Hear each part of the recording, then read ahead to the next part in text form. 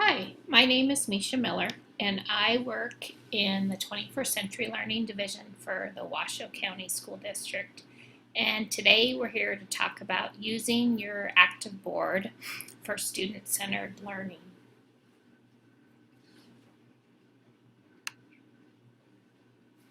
The goals of this webinar is to give you ideas for student-centered use of your ActivBoard, and more specifically ActivInspire, which is the software used to create the flip charts. Also to expose you to lots of flip chart designs or ideas to be used in centers, and to learn some cool tools and features and resources that lend themselves to creating student-centered flip charts, or flip charts that students create themselves. I want to caution you that if you're new to ActivBoards, this webinar may be overwhelming to you. The intent of this webinar is to share design elements and tools and resources that encourage student-centered, student-created flip charts to teachers who are already familiar with the ActivBoard. Everything that I'm doing today is part of our ActivBoard training classes that we offer through the district. Through Solutionware, you can sign up. The first one is ActivBoard Core Essentials, and that's a one-day half-credit class. Or there's ActivBoard Intermediate, Engaging the 21st Century Learner, and that is a two-day one-credit class. So I encourage you that if you see aspects in this webinar that you want to learn more about at a slower pace, and to see more examples of how to use the tools in application for different content areas and different grade levels, please sign up for one of our ActivBoard classes in Solutionware.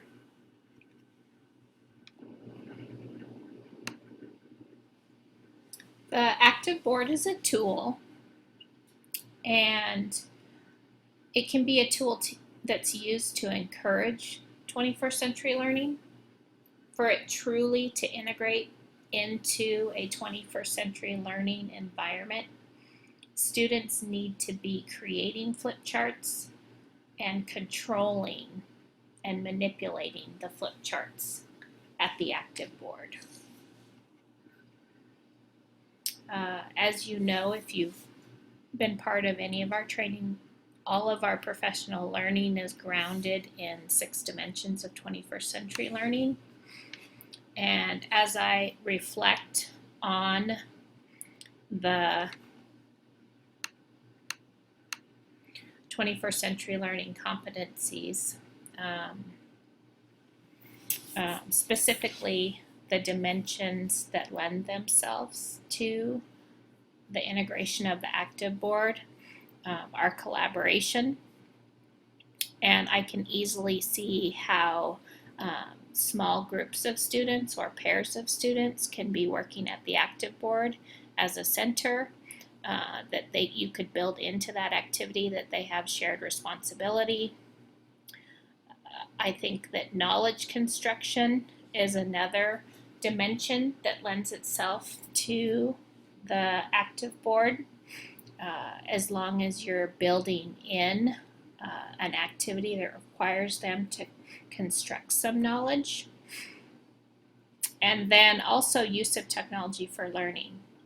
Students are using the technology, and the technology supports knowledge construction. I really think that those are the 3 dimensions that lend themselves to ActivBoard use, or can be enhanced with ActivBoard use in the classroom.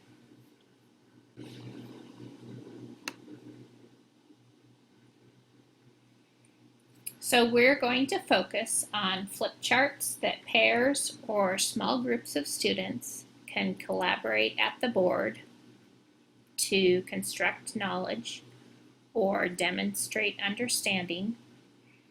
We're also going to talk about how to really take it to the next level in creating a 21st century learning classroom. Students should be using ActivInspire, which is the software, to create flip charts or centers for other students or classes.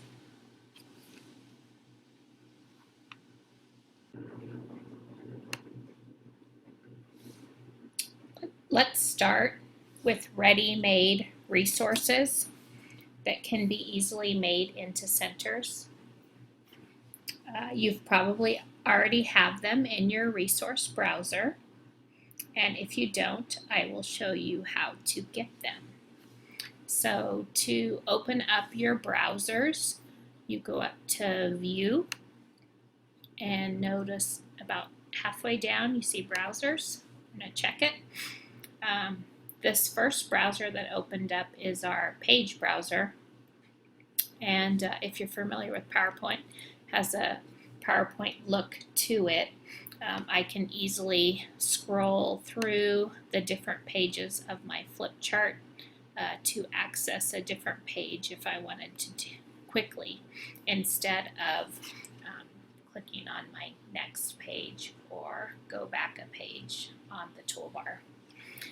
But the browser that we're going to look at right now is the second browser, and if I hover over it, you can see there's a little pop-up that says Resource Browser. So I'm going to click on this second icon, and that's my resource browser. Now in my resource browser, I have two silhouettes here. I have a My Resources and a Shared Resources. So you might try clicking on each of those because it depends on how you set up your resources. You might find resources under the single silhouette, which is My Resources, but more likely you will find them under the Shared Resources, where you have the three people's silhouette. And under here, notice now I have a lot of different folders.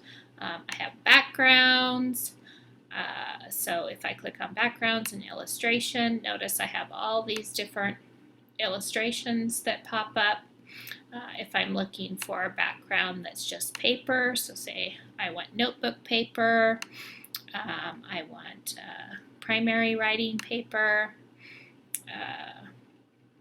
if I want patterns or photographs, I have those easily accessible in this background folder.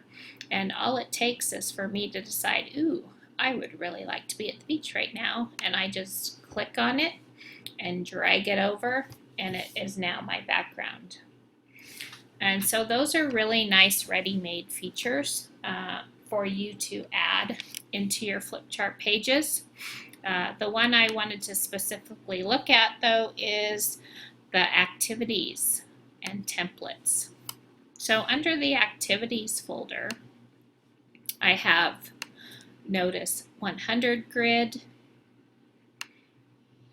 templates that I can bring over.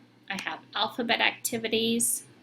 I can easily take over here magnetic letters, bring it over.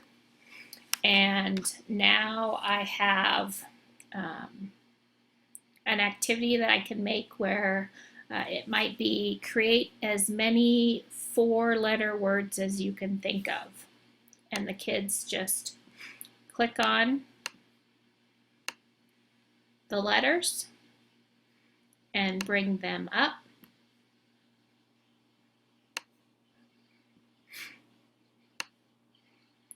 It could be think of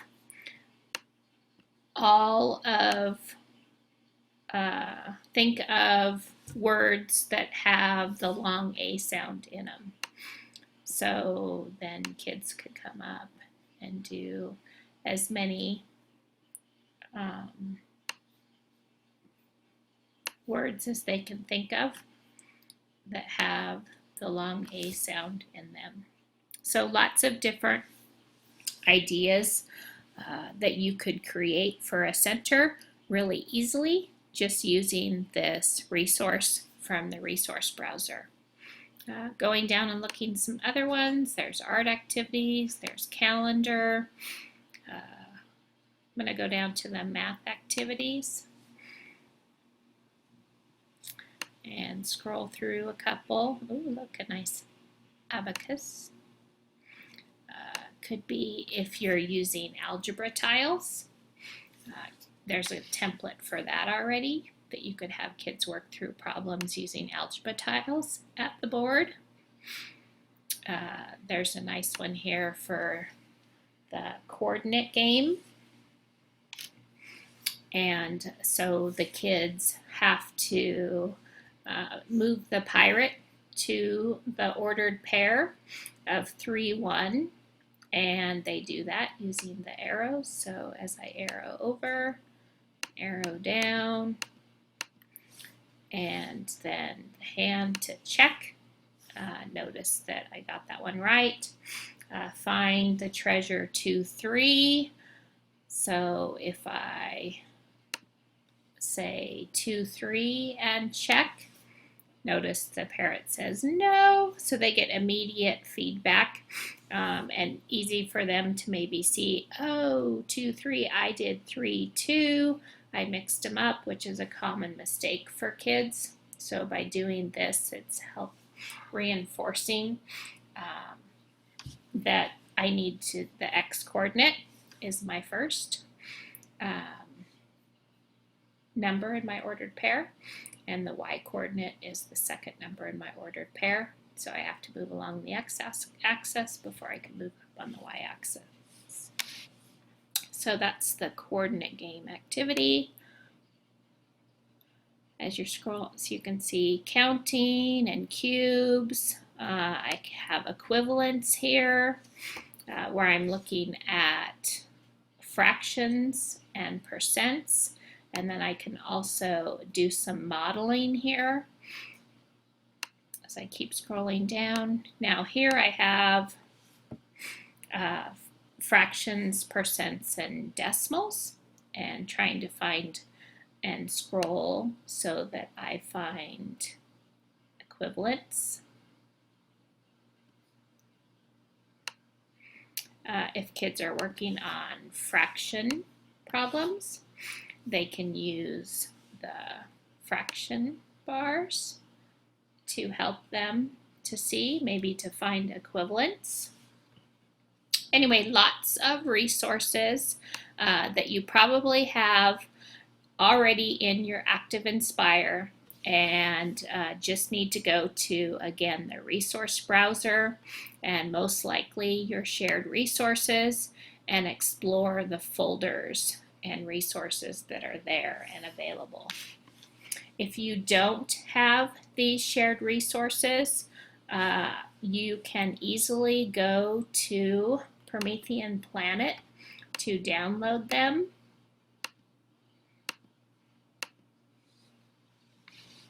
And I'm going to show you how to do that. So we're going to quickly go to Promethean Planet, and that's just prometheanplanet.com.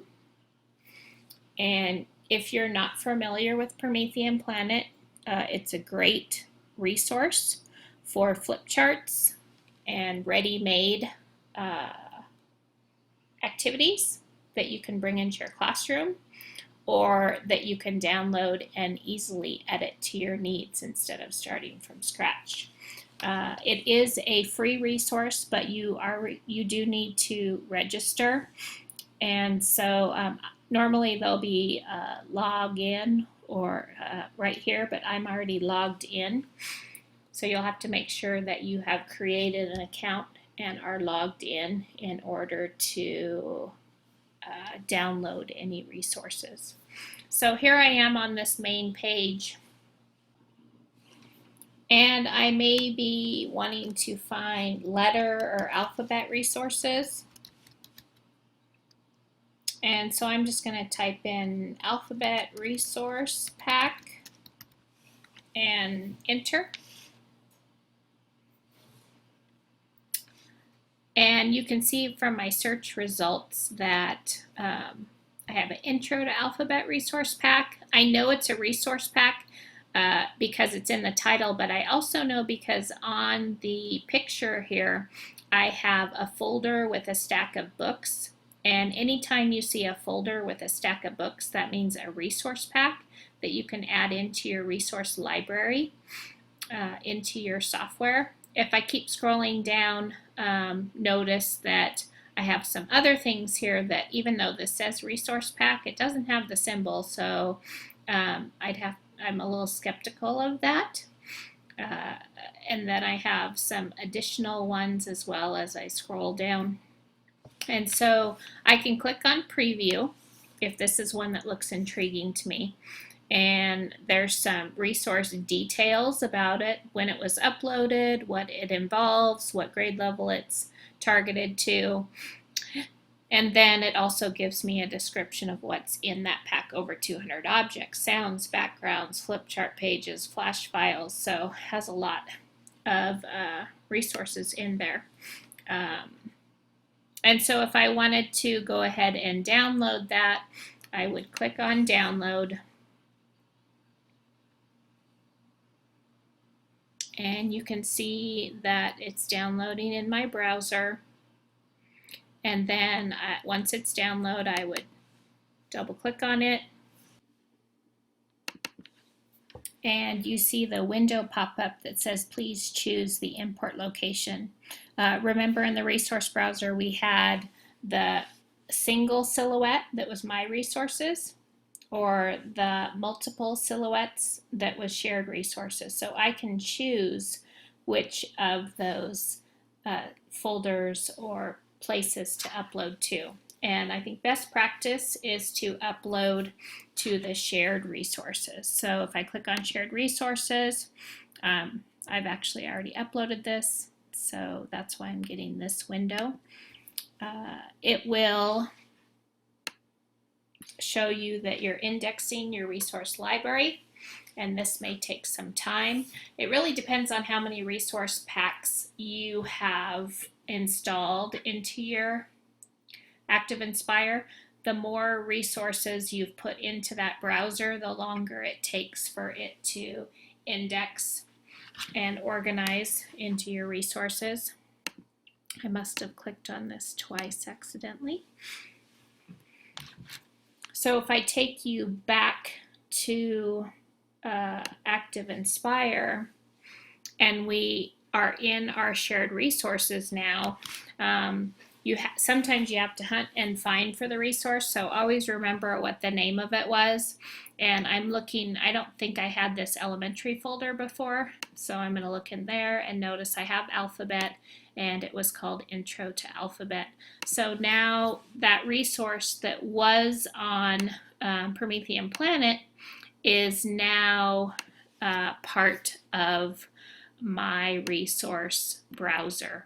So I can easily access and bring those resources into my flip chart page.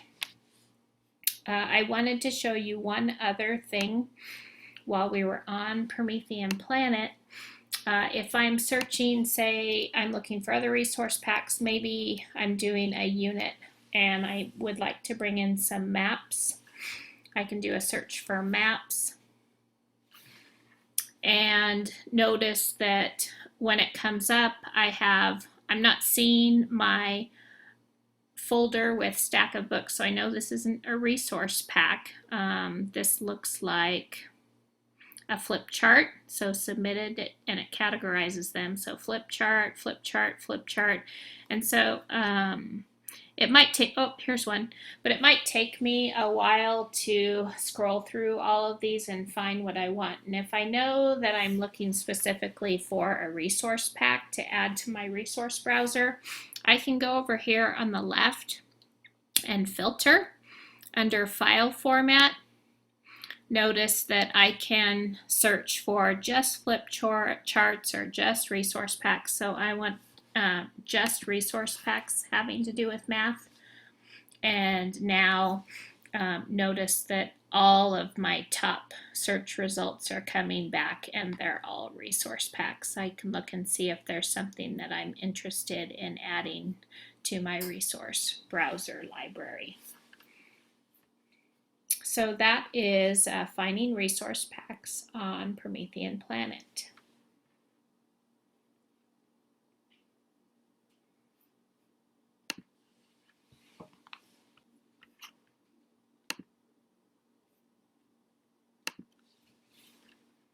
So for the next segment of the webinar, I'll be sharing lots of center samples, flip chart pages that you could use as a center. And as I show you examples, think about how you could edit or adapt to your grade level or content, because I'm going to show you how easily you can take someone else's flip chart page and edit it to your needs. And so let's take us to the next page. This is an example of a flip chart page that I downloaded from Promethean Planet. And I wanted to point out a couple things before I show you how it works. Notice that I have a little icon here that looks like a sticky note, and then also at the top of the page I have one. That tells me that there's notes, page notes. So the person that designed this flip chart added notes. And you'll note if I click on that, notice over here in my browser window, we've looked at the page browser and we've looked at the resource browser. The fourth one over is the notes browser. And so this is the person that designed this just put in some notes about this flip chart. And a lot of times designers of flip charts will explain how it should be used as a center or the interactivity that's involved in the flip chart page. So if you see that notes icon, check it out. It might help you to understand the intent of the flip chart page and how it was designed as a center. So this one seems pretty self-explanatory though. I have a category here for flat shapes and solid shapes, and if I can pull out shapes from behind the shape title, and then students can sort them into the different categories. So as I come down here, I can hover and pull out different shapes and sort them.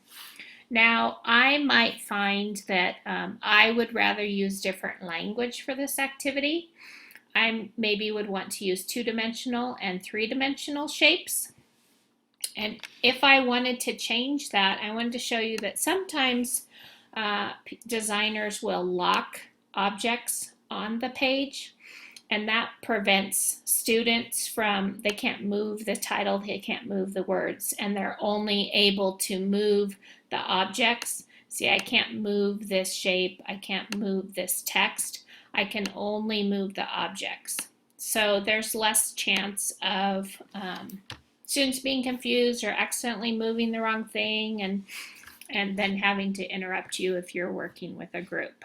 So you want it to be an activity that's self-sufficient for students. And so if you do run across a flip chart that has locked items, there's a couple ways that you can unlock them. And one way is to look at a different browser in our browser menu here, and it's the third one over, which is the object browser. When I click on the object browser, notice now these are all objects that are on this page. I can see I have a bunch of images, and the images are all of my shapes for the most part that it appears to be, things that I'm dragging out from behind the shape title. You can see when I click on it, it's the marquee menu is coming up, so this is the object. I just can't see it because it's hiding behind the shape menu, but if I drag it up, then I can see what the shape is. But you'll notice that some of them have locks on them. So if I click on text, that's my word shapes, so that's locked, so it can't be moved. And then I also have the yellow background that's locked, so that can't be moved. And then I'm coming down here because I have some more things that are locked. So I have my green background here that can't be moved, and then also another shape, my green background. So this other text must be my title, and that's what I want to change. And so all I have to do here is click on this little note next to the lock, and see I have the menu bar pop up, and there's a check next to locked. So all I'm going to do is click on locked, and now that text is no longer locked. So now I'm able to click in and I can change the title. So if I want this to be three-dimensional,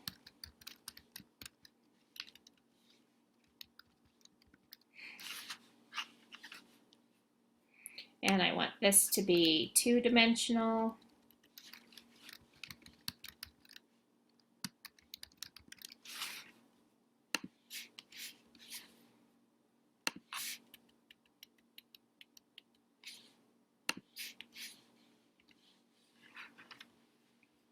and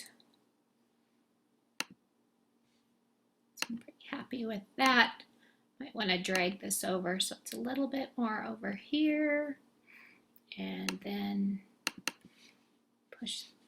change this so it's a little bit centered over there. All right, so now I'm happy that I've edited it, but I don't want the students to be able to move it again, so I'm just going to select that text again. Notice over here in the object browser, I don't have a lock, but I want it to be locked again, so I'm going to click on this little icon, and I'm going to check next to locked, and now I have my little lock symbol. And if I try to grab it or move it, it won't let me because it's locked now.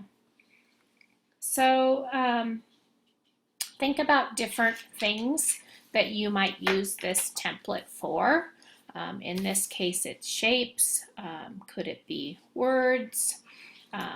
It could be a general sort that actually the students come up with the titles as they pull objects out. They decide what the categories are, so it could be a free sort. So lots of different options to edit to your specific needs.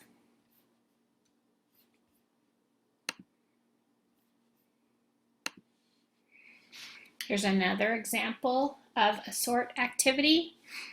And so here I have categories that are preset of A, B, and C. So this could be objects that start with the letter A, with the letter B, with the letter C. So I have boy, I have astronaut. So you can have all your objects at the bottom. And remember, these are objects that you could get from your resource browser, because we brought in Alphabet resource pack that had lots of clip art. So you could build this and pull them in from your resource browser. I have book. And so at this point, if I have students up at the board, say a couple students, 3 students, and they're collectively doing this sort together, collaborating, but I'm busy working with another group or facilitating the rest of the class and watching what they're doing, all of their centers, I may want to capture their sort and put it in their portfolio or be able to refer back to it at a later date. And so I wanted to show you that another tool that you can use in ActivInspire is a camera tool. And I can access that up here from the tool menu. If I go down to camera, notice I have area snapshot. That's if I just wanted a specific area of the screen. But I think for ease of student use, I would do either the window snapshot, because that'll take a snapshot of the window, or full screen snapshot.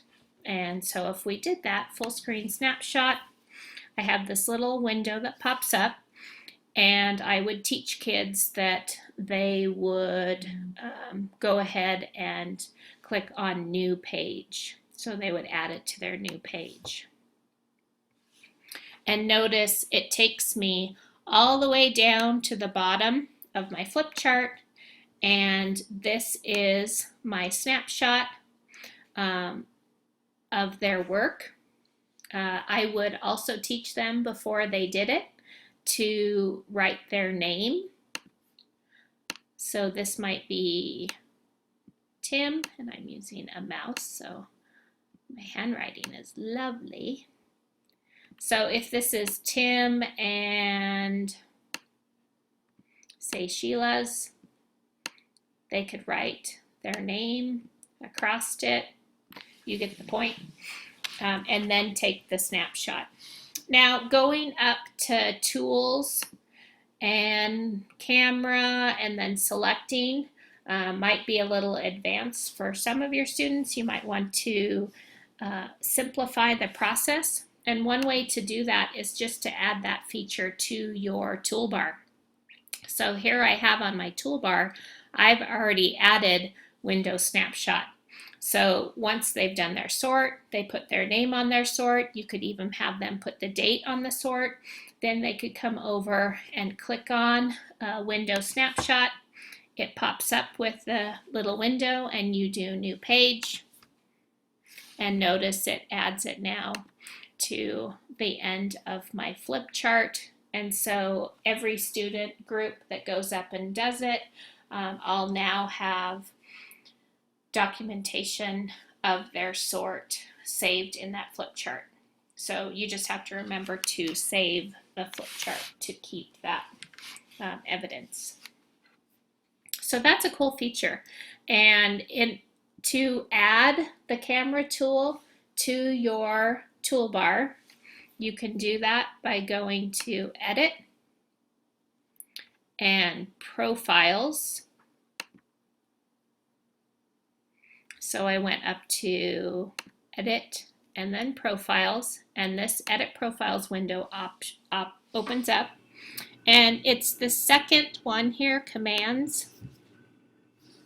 These are all the commands that are available in ActivInspire, and these are the commands that have been added to the toolbox.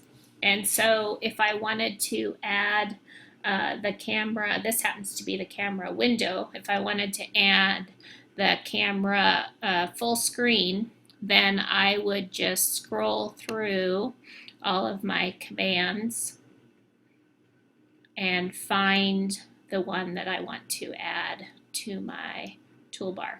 And I wish they were alphabetical, but they're not.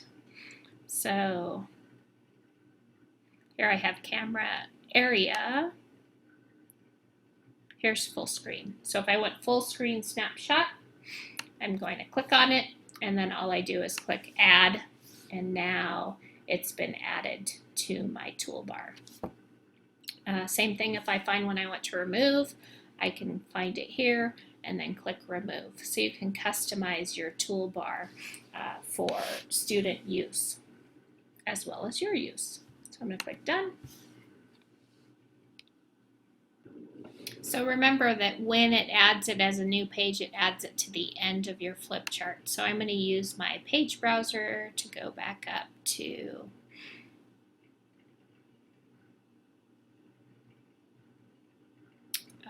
look at other ways and ideas where we could use the camera tool.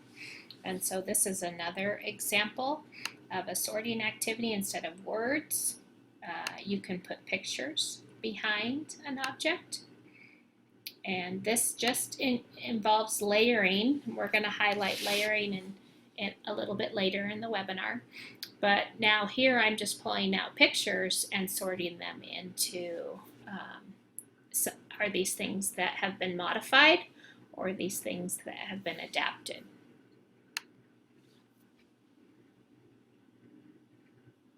I can use the connector tool, which is this over here, connector tool, to go ahead and do some matching where the deserts, where savannah. So all I do is grab it and it creates a line and connects to wherever that should be labeled. And then this is something after the students have done it that they can use the camera tool to save their work, so you can go back and look at their progress and how they did. Another example would be to look for the adjectives. So look at this paragraph and look for the adjectives. So students could come over to the paint bucket and choose a color like pink, and then read an old, so old and skinny are adjectives. Sat alone in an open field, his dusty and tattered hat. So dusty, so I'm going to take my paint bucket and the drip of my paint, I'm going to touch to the word, and that will highlight it in a different color. So then as a group or pair, the students could look for the adjectives discussed in their group, and then they could document that by using the camera tool.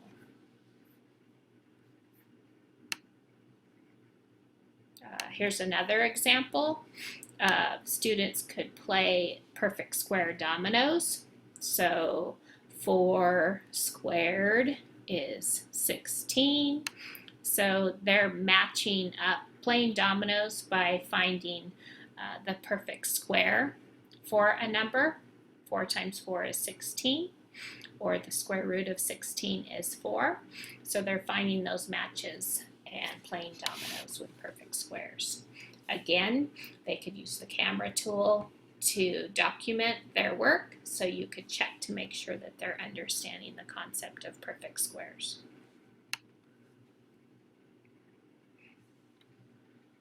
Here's another one where I can add a letter to create words. And so students might pull up and say Matt, but does Matt match the picture? No, that's not Matt, that's cat. So students are using their images and their clues to figure out what the word should be. Again, they could use the camera tool to show evidence of their understanding.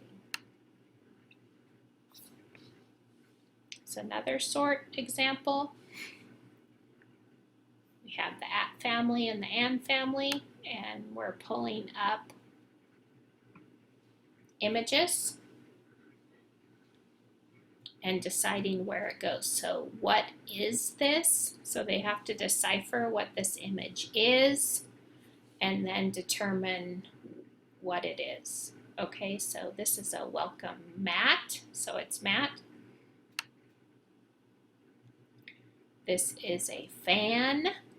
So it takes it up a notch because they have to identify what the image is, what the word is for that image, and then sort it into the family.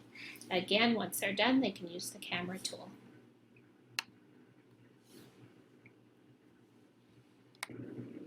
Drag a copy is another excellent tool that can be integrated into centers. How drag a copy works is, delete all this. If I have an object, so I'm going to go over here to my shape tool and select a square and make it orange. Oops, lost my square. All right, so say I want to have an infinite amount of my square object. All I have to do is right click on it. So I have to right click on my object and then scroll down to the bottom. Do you see this very bottom option is drag a copy? If I click on that, now notice when I have a little plus sign and a hand. So as I drag, I have an infinite amount of these squares. Okay. If I decide that I don't want that anymore, I can just do the reverse. So I can right click on it and notice right now it's checked, so it's drag a copy. So I can uncheck it and now it's no longer drag a copy. So when I hover over it, I don't see the little hand and I can just move it So why would drag a copy be useful for center activities? This is an example of an activity with drag a copy. Notice I have an endless amount of fruit here at the bottom. So this is a math puzzle where students figure out the weight or the number that represents each fruit, and by using the clues. Once they solve this problem, students can create their own by using drag a copy. So students could make their own. I'm going to have the orange be worth 4. So if I put 3 of them on there, it would be 12. So if I have 3 oranges on that scale and the whole weight of the scale is 12, that means each one is worth 4 because the oranges are equal in value. So drag a copy lets students interact and determine, but then they can also build their own for others in their group to solve.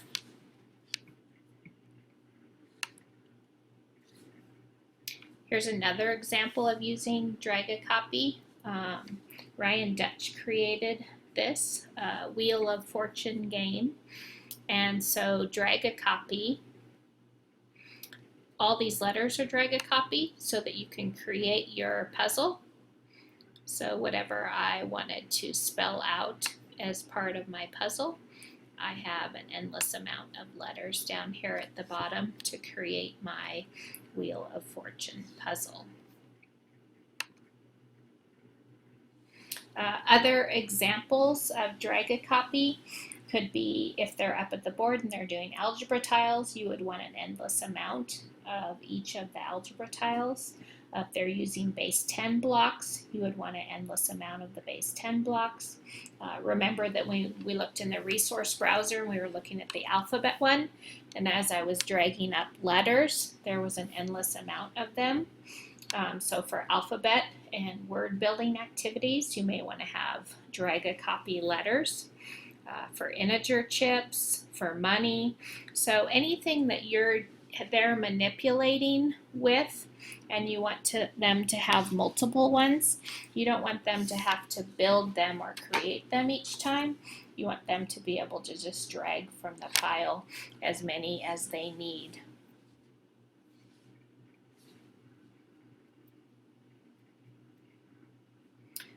So let's look at Action Browser.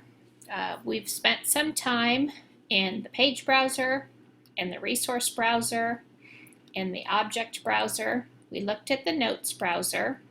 The second to last one is called the action browser.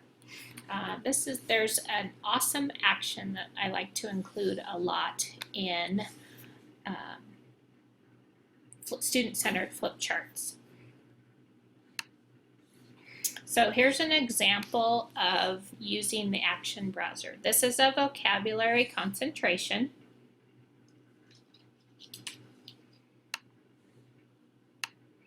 And this is an activity that students could very easily create. They could create this flip chart. They're working with their vocabulary words. I'm going to make reference to a teacher. I was in their classroom not too long ago. And Mary Wachter at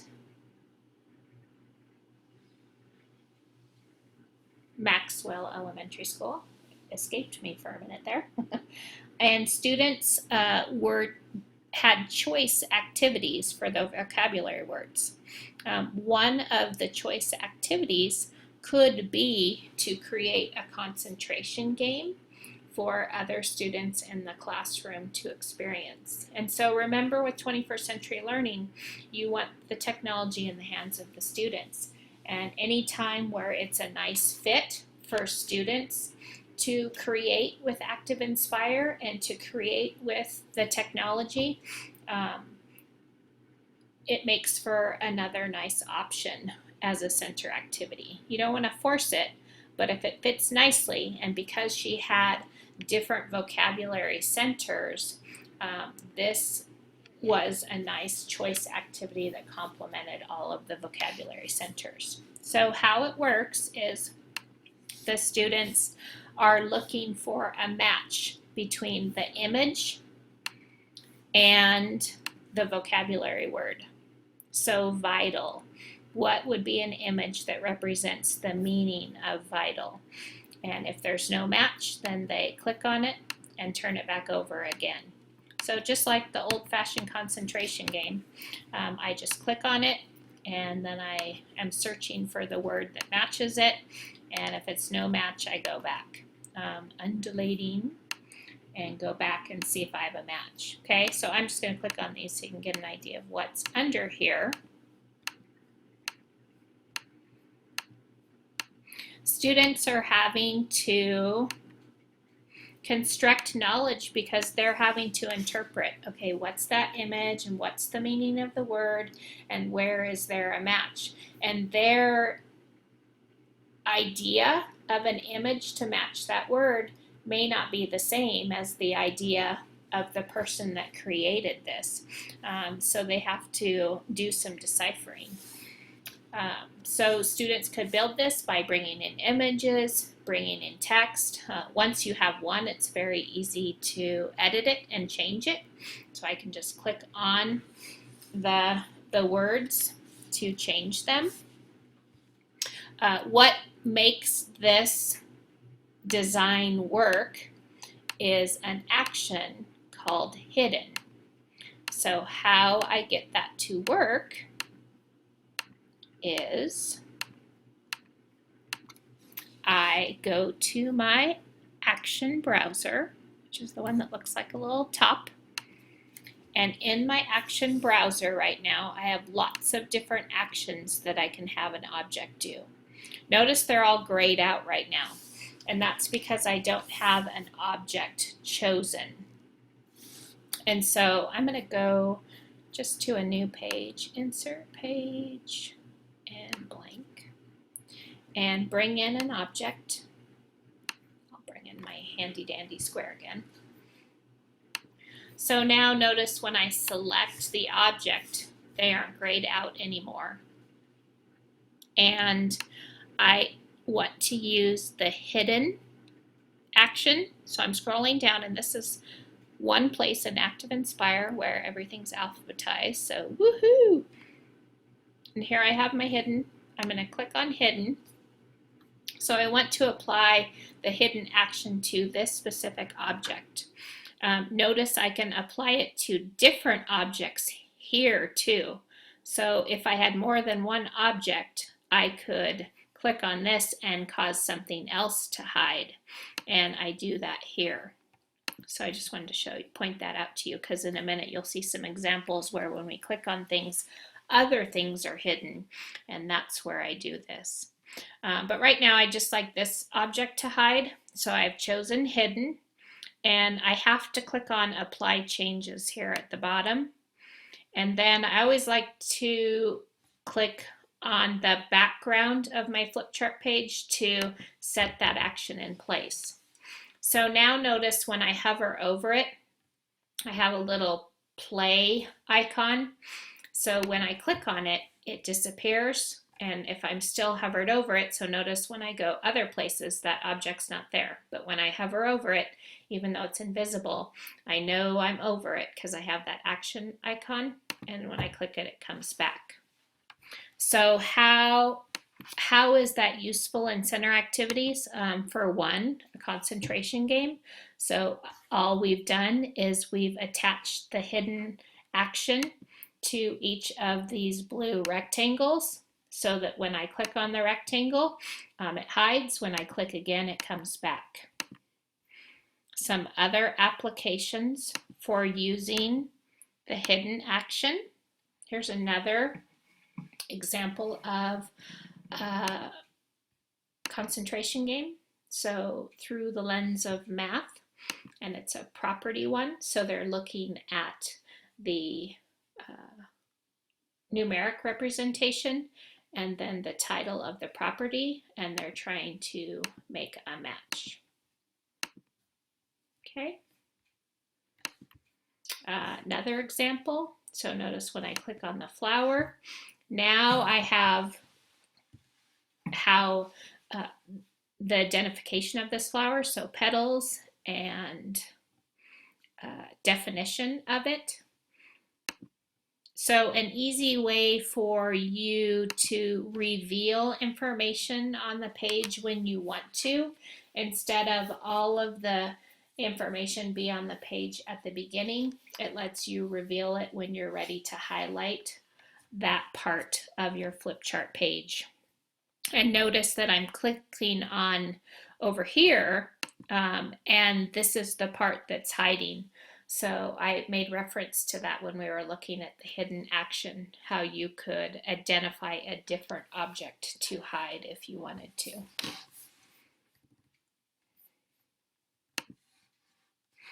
Here's another example. So middle school social studies teacher teaching about the Holocaust, and he brought in the hidden option on these little circles, and notice when he clicks on them, some text appears that helps them identify important events that happened on different parts of the map. So great visual for students. Sometimes when you're talking about places, they don't have a visual, so a really nice feature to bring in a map and then bring in important information and facts about that place through the hidden action feature.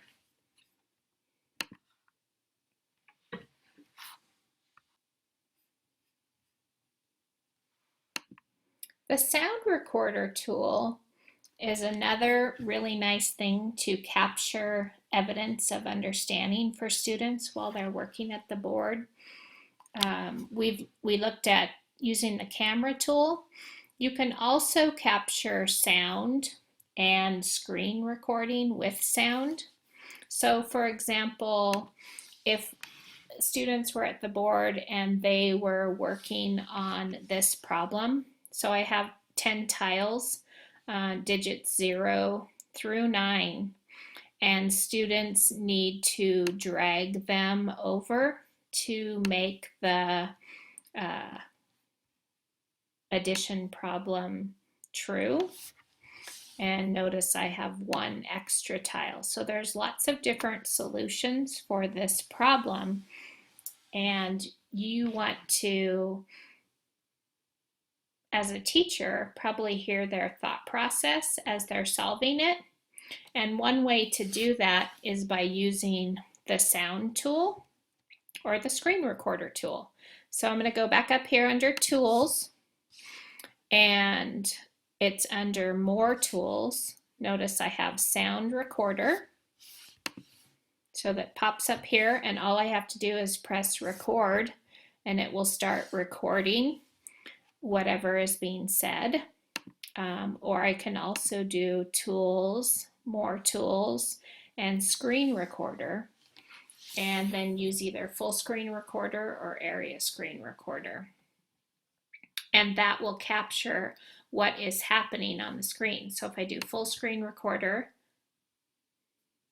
notice I have my little window that comes up, and I can push record, and it's going to pop up with a window that asks me.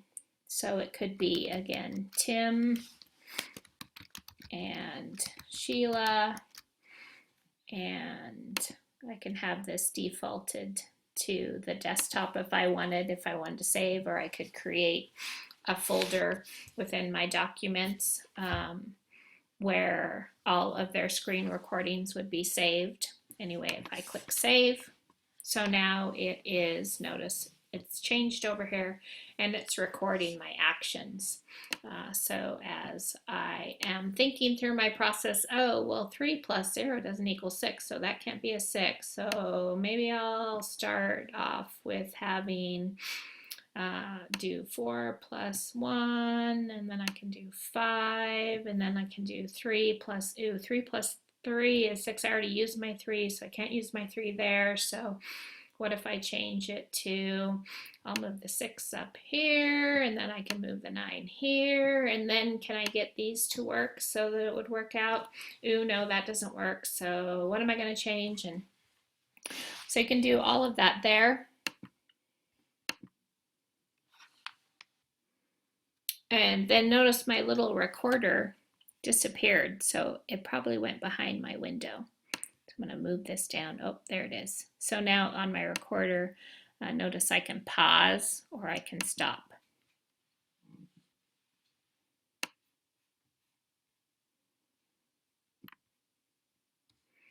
And then I would go to wherever I saved that file to retrieve it.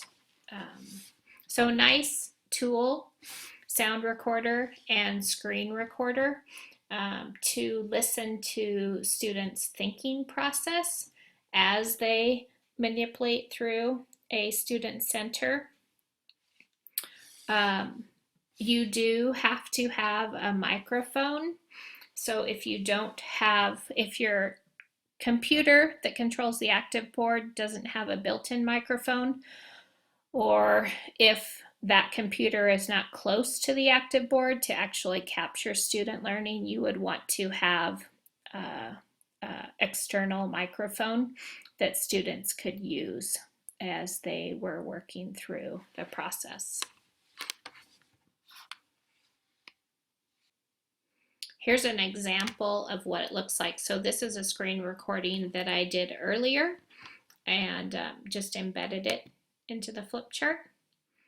And so notice now I can play it, and you can get an idea of how you can capture student thinking.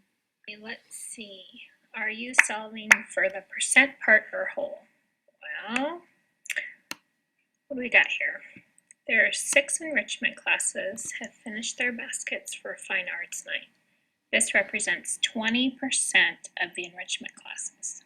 How many enrichment classes are there? Is that a percent, part, or whole problem? Well, it says 20% of the enrichment classes, so I know percent.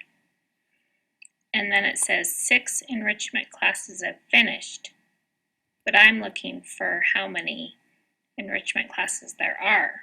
So 6 is the part, and I'm looking for the whole. So it goes in the whole square. What else do I got here? There are 82 overdue library books out of 450 books checked out of the library. What percent of the books checked out are overdue? So there's 82 out of 450 total, so that's the whole, and 82 is the part that are overdue. And so it says what percent, so I'm looking for percent. What percent of 39? So that gives you an idea of how you can use the screen recording to capture students' thinking as they're working through an activity, or a group of students as they're working through an activity at the ActivBoard Center.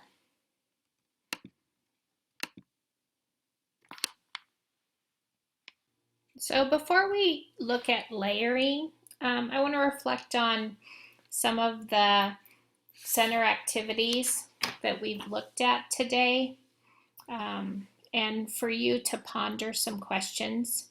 How would you assign students to the ActivBoard Center? Would it be a rotation? Would it be a choice center? If it was a rotation, how would you manage the rotation? And I want to put in a little plug for a colleague's webinar. Tara Graves has One Device Wonders webinar, where she mentions schedules and wait lists and timers for organizing center time. So if you're looking at how you would integrate your ActivBoard into a center and manage center time, you might want to check out her session or webinar on One Device Wonders. Be thinking about too, how will you assess the student center work, or will you?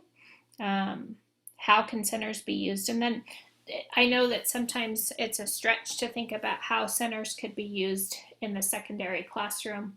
I was a middle school math teacher, and I had center days where the students had different choices that they could choose from to build that perseverance with math. Maybe it was a problem solving center or a puzzle center, and even an ActivBoard center where they're doing some of these things in the classroom. So centers can be done in the secondary classroom too. You just have to be creative.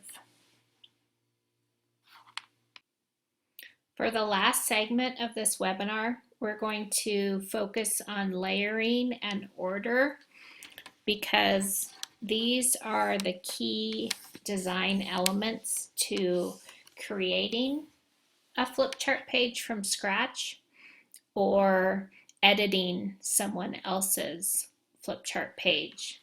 And I would, if layering and order is new to you, I would encourage you to check out the following two video examples. The first one's on layering and the second one is on order. And they do a really nice job of helping you to understand the concept of layering and order when designing flip charts.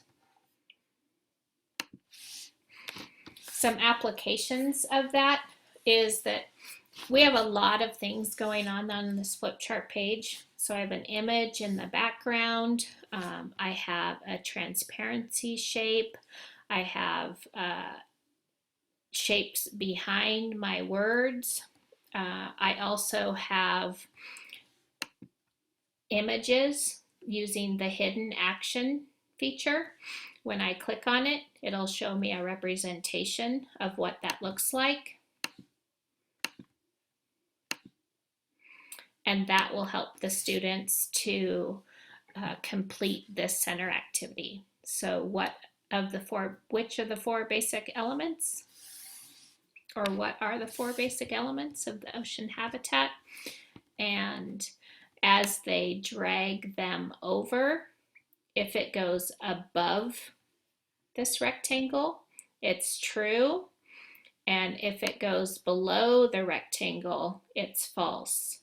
And all this center is all created with the understanding of layering and order.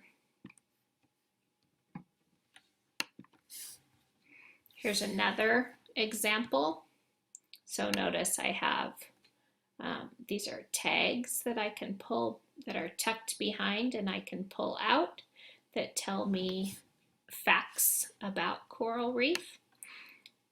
So this could be something that students create in a group and then display for other students to interact with.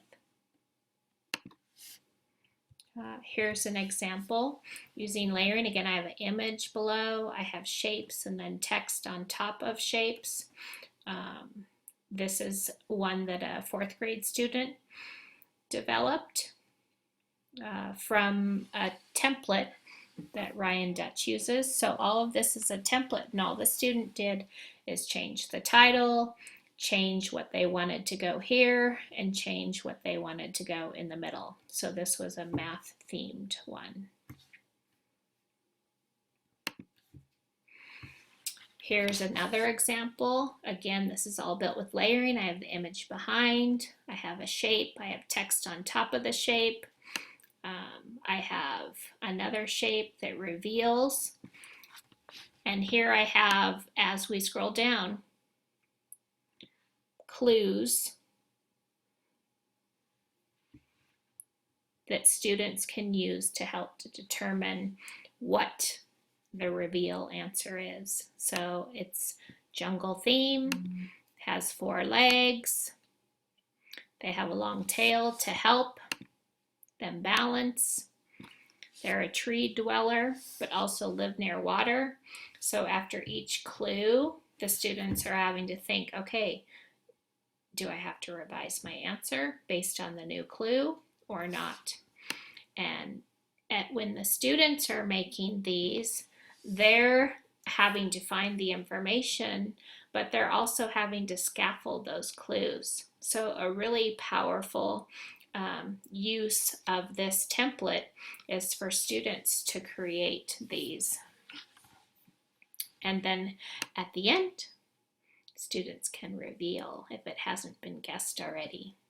So this is a template that Ryan Dutch created. Here's another application of it. So what is my secret number? Again, here's clues leading to the secret number.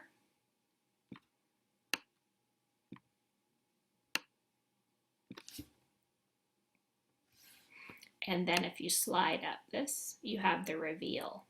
So this would be a really easy template for yourself as a teacher or for the students to take and manipulate or change or edit to their design on what they're learning about.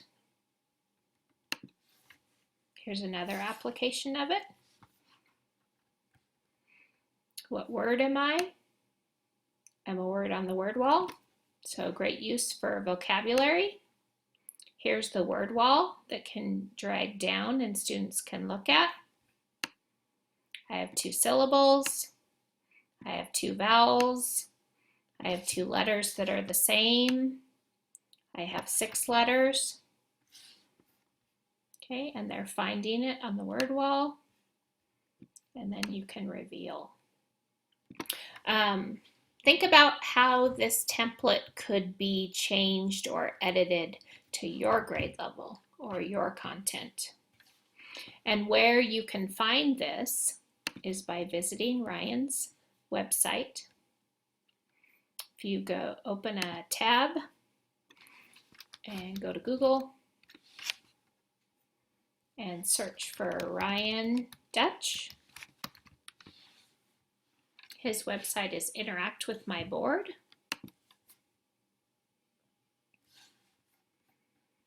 And if you scroll down and looking at different options, if you have active flip charts, there are a lot of template flip charts here on his site. And we were looking at the What Am I template. So you can download that.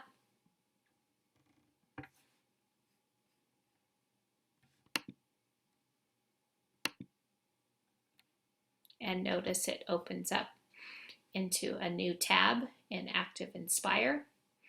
And you can use these templates to edit to your needs, or students can use the template to create and show for other students to use.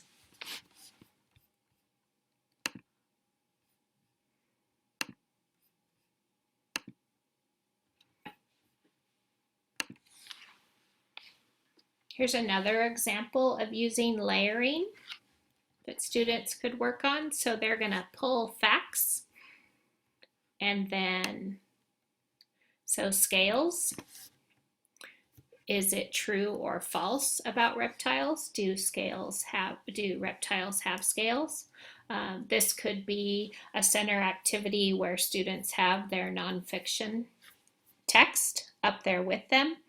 And as they pull out and decide whether something is true or false, they have to bring in evidence from the text to reinforce their answer. Again, this is all done with layering. I have the image. I have shapes that are using the transparency tool and text. And then I have used the camera tool to to take a picture of the leaves and match it over the top, and then hidden all of the words behind the shape. So if I go up to my browsers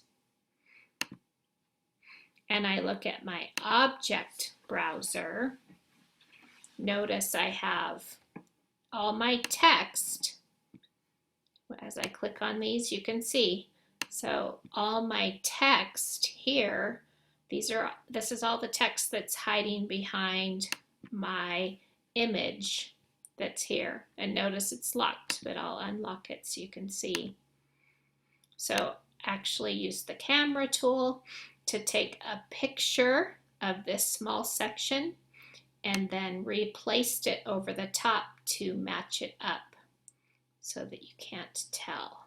Of course, it'll take me too long to match it up. Oh, get close, get close, get close. So that you can't tell. Ooh, very good. So, and then locked it to make sure that when you go over to that image, you're able to pull the words out and the image doesn't move.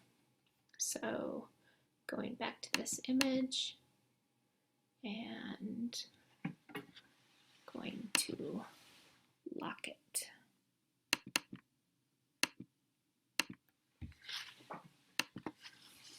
Okay, and we talked earlier about lock and unlock. So on those two, if layering and order is something new to you, I highly encourage you checking out those two videos by Ryan Dutch that talk about layering and order. You spend a little bit more talking about the object browser. This is a browser that I use a ton when I'm editing or designing a flip chart page.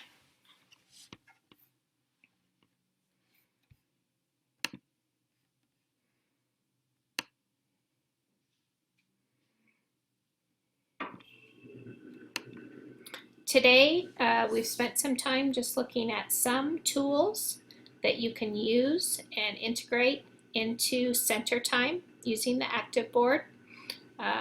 We looked at some design features and some tools that help you to capture student understanding, like the camera tool and the screen recorder tool. I encourage you to go to Promethean Planet and just do a search for flip charts on student centers or your specific content or grade level in centers and see what comes up, or take some of the templates that I've shared today to design some centers that are suited towards your grade level and your content. You can see from this last page, here is a link to this flip chart. So you're welcome to download and use this flip chart and explore a little bit more. There's some other examples pages in this flip chart that we didn't get to today. So you're welcome to explore our Pinterest board and then also this flip chart to gain more ideas. Thanks for joining me today.